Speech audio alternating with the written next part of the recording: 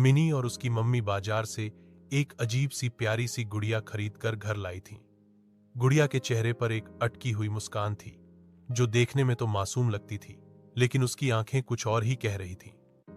रात हुई, सब सो गए। मिनी ने गुड़िया को बिस्तर के पास रखा और नींद में चली गई। लेकिन आधी रात को थक थक थक कमरे में छोटे पैरों की आवाज गूंज उठी। मिनी ने धीरे धीरे आंखें खोली। उसका दिल तेजी से धड़कने लगा। उसने देखा गुड़िया फर्श पर खड़ी थी और धीरे धीरे उसकी ओर बढ़ रही थी। गुड़िया की आंखें चमक रही थीं और उसके होंठ अपने आप हिलने लगे। अचानक उसने फुसफुसाया, हेलो मिनी, जागो, मेरे साथ खेलो। मिनी चौंक कर उठ बैठी। डर के मारे उसकी सांसें अटकने लगीं। गुड़िया अचानक जोर से हंसने लगी। हा हा हा हा हा। उसकी आवाज पूरे कमरे में गूंज रही थी। तभी लाइट अपने आप बंद हो गई और कमरा अंधेरे में डूब गया। लाइट बंद होते ही कमरे की दीवारों पर परछाइयां नाचने लगीं।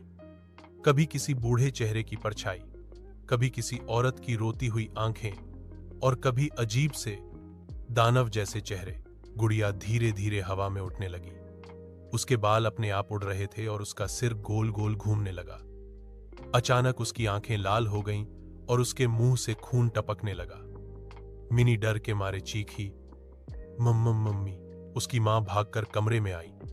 उन्होंने देखा कि गुड़िया बिस्तर पर खड़ी थी और अपनी गर्दन को पूरा घुमा चुकी थी। गुड़िया अब इंसानी आवाज में नहीं, बल्कि किसी राक्षस जैसी भारी आवाज में बोली, तुम मुझे खरीद कर लाई हो, अब मैं तुम्हारे साथ ही रहूंगी हमेशा। कमरे की खिड़कियां अपने आप खुल गईं। तेज हवा अंदर आई और सारे सामान अपने आप गिरने लगे। अचानक अलमारी का दरवाजा खुला और उसमें से कंकाल जैसे हाथ बाहर आने लगे, मानो किसी की आत्मा बाहर निकल रही हो। गुड़िया ने मिनी की तरफ छलांग लगाई। उसका चेहरा अब इंसान जैसा नहीं रहा। आंखें खून से भरी हुई, चेहरा फटा हुआ और दांत नुकीले चाकू जैसे। मिनी और उसकी मां भागकर कमरे से बाहर निकली।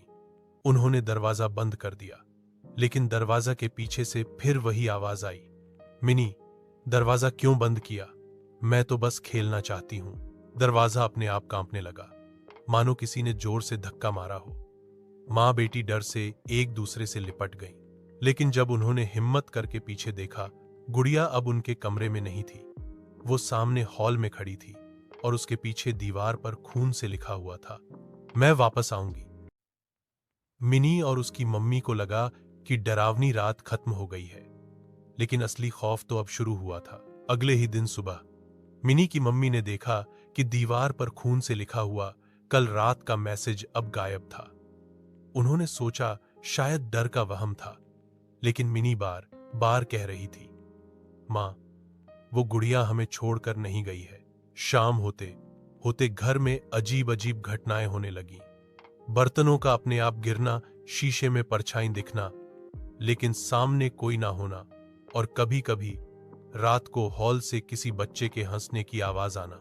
मिनी की मम्मी घबराने लगी, लेकिन सबसे डरावना पल तब आया जब उन्होंने देखा गुड़िया खाने की मेज पर बैठी थी और उसके सामने दूध का गिलास रखा हुआ था। गिलास अपने आप खाली हो रहा था। दूसरी रात को अचानक बिजली चली गई। घर अंधेरे में डूब गया। कमरे की दीवारों पर फिर से लाल परछाइयां उभरने लगीं।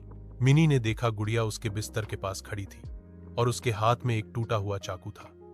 वो धीरे धीरे बोली, मिनी, अगर तुम मेरे साथ नहीं खेली तो मैं तुम्हें हमेशा के लिए अपने साथ ले जाऊंगी। उसकी आवाज इतनी गहरी थी जैसे किसी कब्र के अंदर से आ रही हो। गुड़िया ने अचानक चाकू दीवार पर मारा और दीवार से खून टपकने लगा। मिनी ने डरते डरते गुड़िया को आग में फेंक दिया। गुड़िया तड़पते हुए चीखाए, नहीं, मैं वापस आऊंगी हमेशा। आग में उसका चेहरा पिघल गया और घर राख हो गया। मिनी और उसकी मां बच गईं।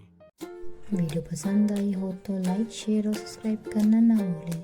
तब तक के लिए मिलते हैं नेक्स्ट वीडियो में।